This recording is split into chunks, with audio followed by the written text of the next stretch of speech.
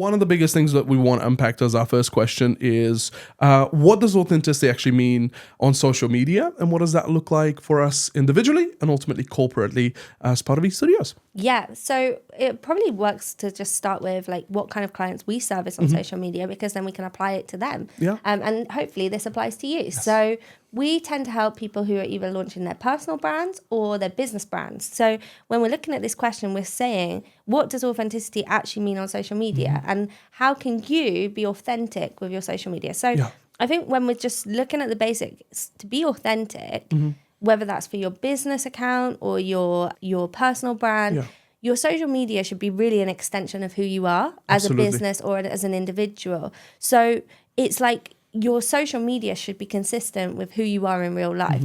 You shouldn't be portraying one image on social media and then another image in real life. And the reason is, obviously, otherwise it might catch up with you. And the thing is, people are going to commit to either like buy your services or follow you. And if you're not matching up your personal brand, for example, with who you are in real life, it's going to catch up with you. It's going to become too hard to keep up that charade. Absolutely. And also, if it's the other side, if it's your business and you're making claims that aren't true, your clients are going to find that out, and it's going to cause you to have bad reviews, chargebacks, all these different things. Yes. So it's really important. Yes, put yourself in the best light, but you don't necessarily have to be untruthful in that. Absolutely. So I think that is a really great starting point of what authenticity really is like on social media. Absolutely. And I think, just to echo what you're saying here, I think the important part for people to understand is really identify what your personal belief, value, and message you have that you want to communicate to people in the most authentic way, in front of camera and behind it. We want to make sure that people fully understand not only what they're trying to communicate, but the way they communicate it. Because people buy from people, they connect with people, and through connection, the relationship building is what creates growth. It's what scales businesses, right? Yeah. So if we're going to peel back this question a little bit further of what does authenticity actually mean on social media, what we need to think about is like, is it possible to be authentic on social media, given that the way that social media has developed in the past, when social media first came about, Bebo, MySpace, MSN, Facebook, first in the early days, it was social. It was an opportunity for you to connect online with people and, share your updates, but also like connect. Share photos, embrace one another. The question is that happening now, or is all content purely curated? And is there such thing right now as like real authentic content? Because sometimes even the authentic content is actually curated content. What do you think about that? I mean, let's unpack this a little bit more, because a while back I sent you this video of this lady that put her camera up at like 5 a.m. The light is on, and she's coming out of bed. A momfluencer. Literally, trying to show people, oh, this is me. And, how authentic is that? You've already gotten up, a bit miserable probably, but on the tripod, the camera, chose the angle, put the lighting on, gone back into bed and gone, oh, so that is curated to an extent where you're going, oh, let me show people what it's like. But actually, the authentic aspect is you waking up and going, oh, I have to put up the camera. I have to show people what it's like. And it's going, well, is that really it? Or could you put the tripod as you're waking up and going, guys, I've just opened my eyes.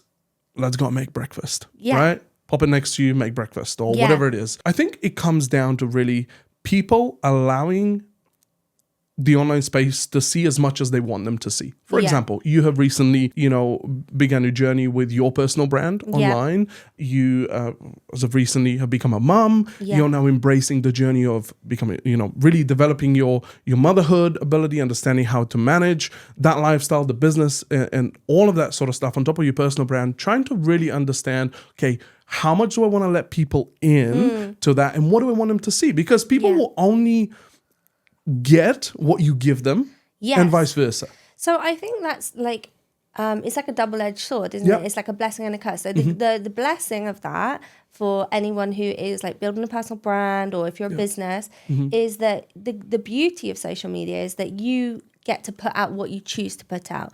Now, you're not obligated to show the world every finer detail of your life. You don't have to show all your bad bits. Like, that's your prerogative, your privacy, your human right. You don't have to share that with the world.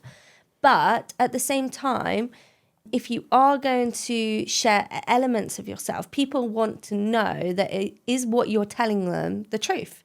So I think that's where it really comes down to, is that coming back to that piece of content you mentioned, you know, I think people engage with that kind of content because it's almost like relatable, right? So there's like relatable content, and it has been curated, and it's not really what's happening. Like, for example, a mum will probably be up at like every hour of the night and putting their baby back to bed.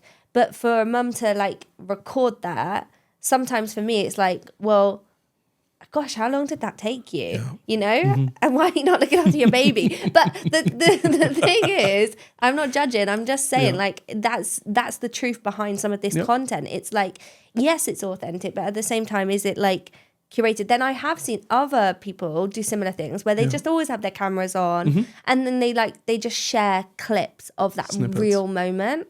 And I think that's really beautiful, because that is like, you are opening up your world to like your followers, and you're saying, come on in and like have a little look at what's going on. Absolutely. Like, we were laughing because on our way to filming this podcast, it's pouring down with rain, torrential rain. Yes. And I was like rolling up my like trousers. They were all soaking.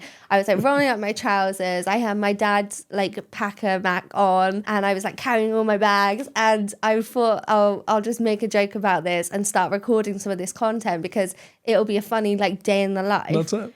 Now, you know, in one sense, it's like, it's a bit crazy to just start filming things like that, because, and you might not think to, because you're just like, this is an annoying moment and I've just got to get to the podcast.